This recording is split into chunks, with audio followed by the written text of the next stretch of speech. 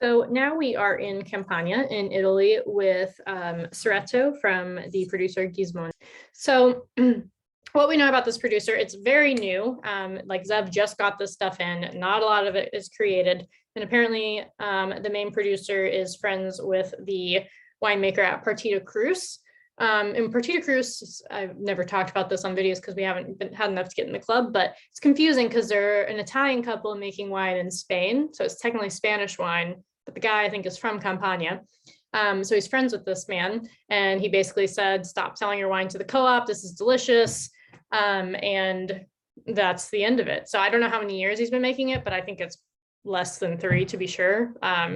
So it's very exciting, and we're some of the first people to have it. And we don't really know much of anything about it. No. So all that to say, we know that it's about as much as y'all do. It's Malvasia, has skin contact. How much, we're not sure.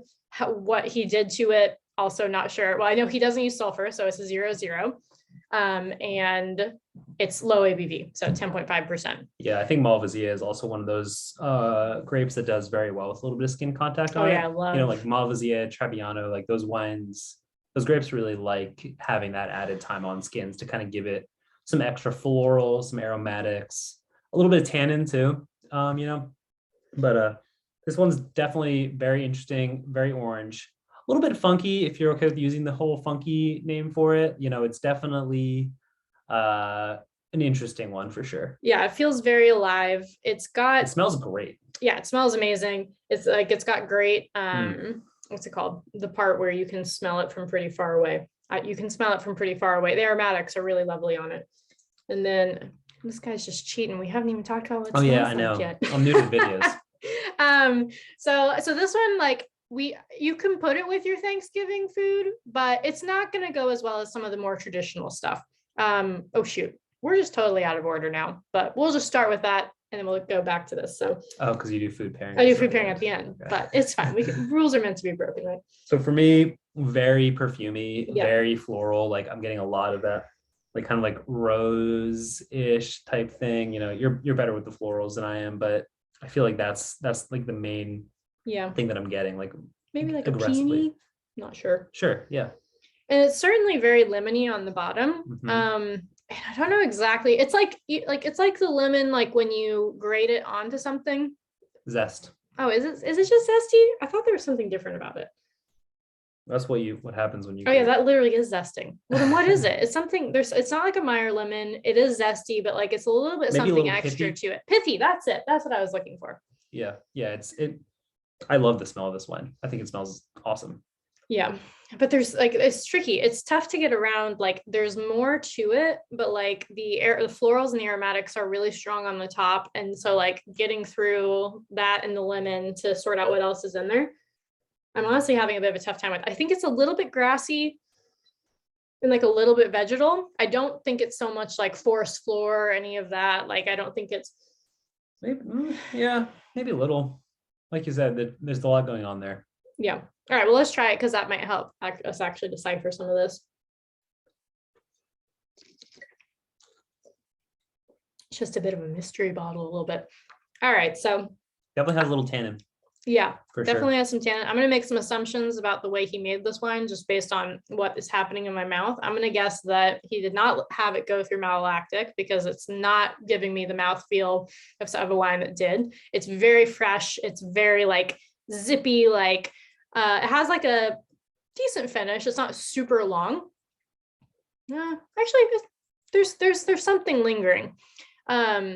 It's like, I guess the funky part of it is that it's a little bit yeasty, I think I would say, not mousy or anything like that, but like it has a little bit of like this yeasty finish, which actually is funny because if you go back to that can also come from mallow, but I'm pretty sure from the mouthfeel, maybe it had it for a bit and then he just racked it off. Yeah, for sure. Yeah. And for me, I mean, I know that it's so cliche to say like orange notes when you're drinking like a skin contact wine, but I feel like it has that like tangerine type thing to it. More than the lemon on the palate. Yeah, I think so. It's very fresh. I think that this is just one of those like, it's pretty cool. Yeah, I was gonna say, it's just one of those fun natural wines that it's like, oh, this is a natural wine. And this is like a really lovely expression of like a wine. Like you give this to your friends and they'd be like, I've definitely never had a wine like this before. Yeah, very low alcohol too. Like I think it's a 10.5% on the bottle. Yeah.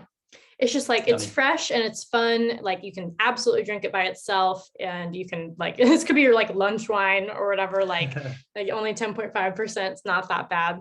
And yeah, it's just like, it is very unique. And I'd bust it out with like a cheese board or something. I feel like, yeah, it's just one see what happens, what works and what doesn't work. it's one of those wines where I just feel like if you really like have gotten it, this is the type of wine that gets people into natural wine, if that makes sense. Like someone will try a bottle like this and be like, whoa, that's really different. And I really like that. Yeah. We drinking these all the time. Like I love being reminded of these bottles, but I also love like the more traditional ones. I think we kind of go back in waves. So it's really nice to like experience this one and be like, oh, like this is what 0.0 wines can be. And like, it's beautiful. It's very cool. But again, like I don't like, I mean, you could open it up for Thanksgiving, sure, but like it's not, we gave you so many other good options. I would save this one for I'd like probably bust it out, see what your family thinks. Oh yeah, true. If you're looking for some natural wine converts, you can, why not? Yeah, you can do that too. And just try like, for me also, if you're thinking about pairings, like Italians think like capers and like kind of like that kind of briny, man, yeah, briny flavors. What's that caper pasta that you make? Ooh, Does it also have like anchovies in it or something? Yes, but I can't remember. Whatever that is would be really good. Caper, whatever the caper pasta is, definitely do that. Yeah, for sure. Because like that briny kind of taste could do really well, or like some kind of like anchovy type thing or sardine type thing, I think could be really nice.